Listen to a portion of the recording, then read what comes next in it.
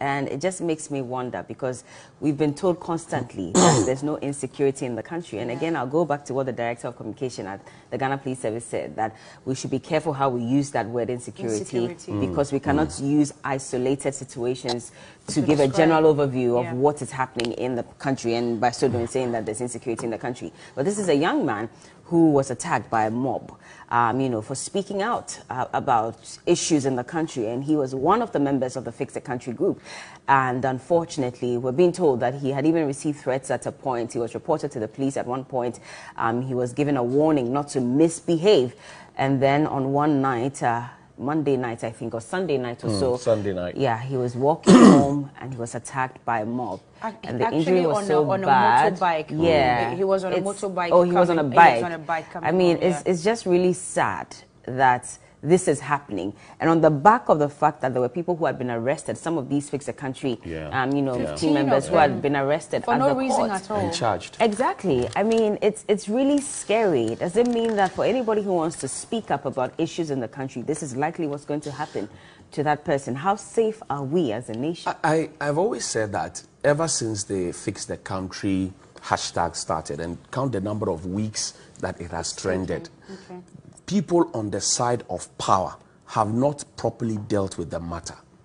Ever since the Fix the Country thing started, Fix the Country, then they brought Fix Yourself, then they had ambush meetings of cabinet ministers with the organizers, and then we went for injunction, and then now arrest, and then now somebody has been killed. People on the side of power have not handled the situation properly, and that is what, because there's a lot of pent-up anger in people, and people must be allowed to vent the anger. See, in the US, they had a Fix Your Country demo. In the UK, it's happening. Now, so you're asking yourself, for a president who is known to be demonstrator numero uno, he demonstrated in his very prime, demonstrator numero uno. Most of the people who are in critical government positions now, we saw them demonstrating, Occupy Flagstaff. We saw them. We saw them. Ken Oforiatta was there. Or name them. Board chairmen. We saw all of them. They were out there in the rain, on the streets. They were allowed to demonstrate. At some point, they even came face to face with the police, and they said, if you won't allow us, we will sit here to... We know that all of them. Check. If you like, go back to... what do you call it? Occupy Flagstaff House. Check the identities of the individuals in there. Yofi, Grant, all of them. They were there on the streets. They all demonstrated. We joined them to speak up. So why is it that they are in government now and people cannot demonstrate? Why is it that they are in government now? They are organizing funerals. They are organizing parties. They are breaking all the laws, and they are telling us that, well, people cannot demonstrate because COVID is here. And it sounds more like the stadium and play it sounds like wear mask, and then they tell us that there weren't enough policemen to be able to make sure that everyone was wearing those masks and to think that just on Friday the police were at the court trying to seek another injunction against the Fix the Country you know, team. What you are doing rather is putting a lot of fuel in the fire that's already burning.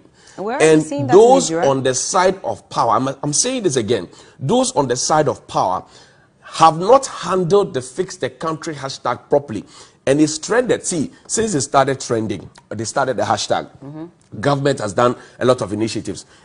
Operation Halt, 1, 2, 3. Government has brought the Ghana Enterprises Agency. It was launched. The president was there. Tree planting. Name the initiatives. All of them. They get drowned by Fix the Country. They get drowned by it. And so, if I were in government, this is not how I will handle it. To even generate a counter hashtag to say, fix yourself. As if the young man who has died now, talking about situations that pertain to a better country. Who doesn't want a better country? In fact, when the president mounted the platform during election 2020, 2016, and even before that, he told us he was going to do a better Ghana for us. He was going to make Ghana better for us. So now people are asking you to fulfill the promise that you stood on a campaign platform to do. Must they be prevented at all costs? In any case, the president was up north on an official tour. The president was there. School children were rallied. They were giving national flags. Our taxes were used to pay for those national flags to flout the COVID-19 rules. We were told, and I remember that It Dennis the Miracle COVID-19 was here. What is the difference? What is the difference between that? It's not the president who rallied the students there, and so we should rather take, you know, the authorities. No, he said the authorities of the schools that rallied these children. They are the ones who should be answerable. Don't mind him. He's a politician. And I was shocked that don't mind him. That he's a politician. See, these were students who were waving at the president. Today, if you like, let a secondary school, a basic school have a problem. A school belonging to the government, managed by the government, have a problem. Let the headmistress decide to speak to the press without authority from the top. That headmistress or headmaster will be penalized. So you cannot say that during contact hours, where the students were supposed to have been in school, they came out on their own, shepherded by their headmasters, to come and wave flags at the president. In any case, they saw the flags in the markets and they went to pick it themselves and paid 2 cedis for it. Those flags were state-sponsored flags. We paid money for it. They will use my tax, your tax for it. And so when we are able to organize students like that, I mean, even as primitive as it may be, because in 2021, if we are still rallying students to as if we are in 1956 where Queen Elizabeth is coming and we are bringing some students onto the street, it's a shame.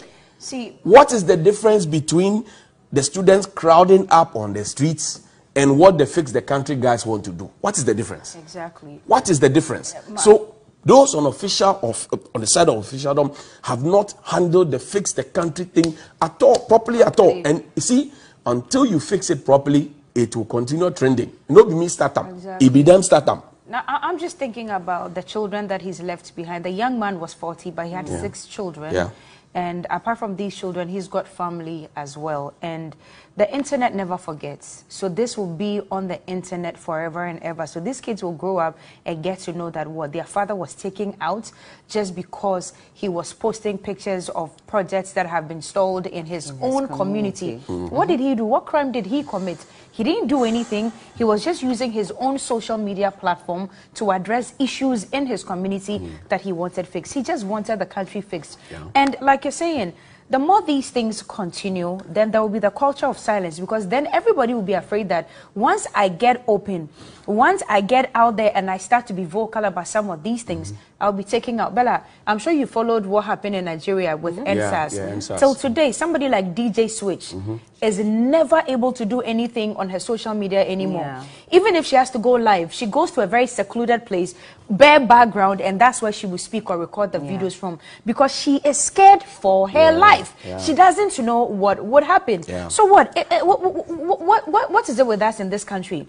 We cannot tell you the truth in the face. For you to accept the truth and even start working on it, must you take me out? Because from what we've been told, snippets of conversations were going on, and some people even picked it up in the community that because he's making the ruling party unpopular, they have to take him out. So when people say that, I ask myself the question.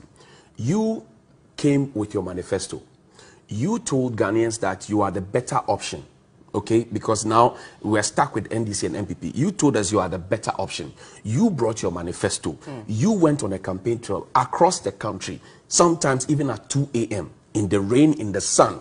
You told the people that you will do better than what your predecessors have done. So they should give you power.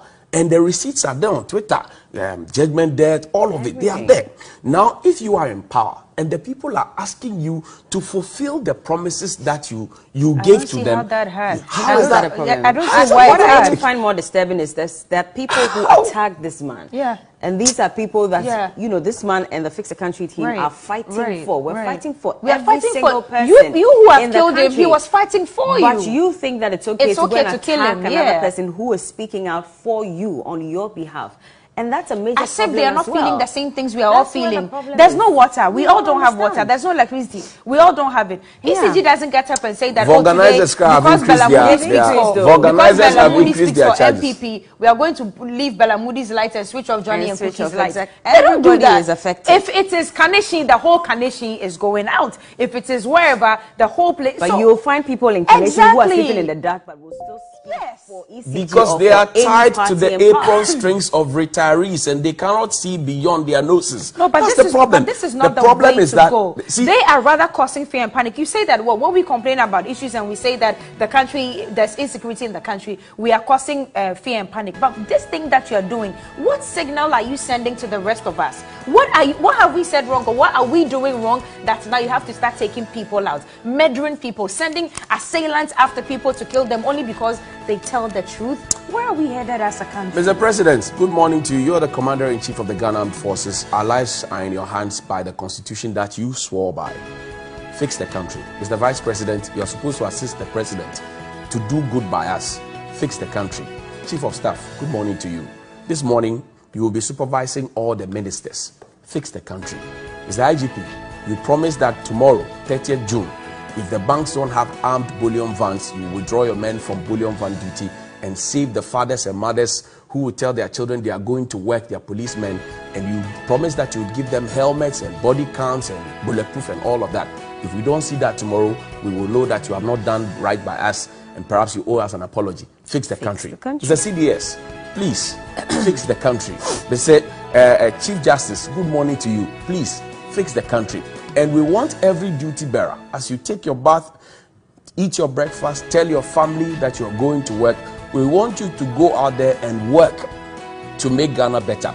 And when we say there's culture of silence, don't tell us to shut up, because by telling us to shut up, it means there's culture of silence. All we're asking you for you to do is to fix the country. And again, I'm saying for the umpteenth time that ever since the hashtag Fix the Country started, those on the side of power have not managed it properly. And I repeat, from ambush meetings to injunctions to arrests to now this gruesome murder and all of that, you have not handled it properly. You see how it's drowning nearly every government initiative that comes. Good initiatives, planting trees, all of that. It gets drowned by Fix the Country, the din on social media. They are not on the streets.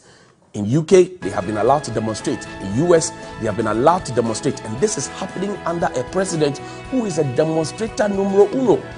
The irony of the whole situation. That's what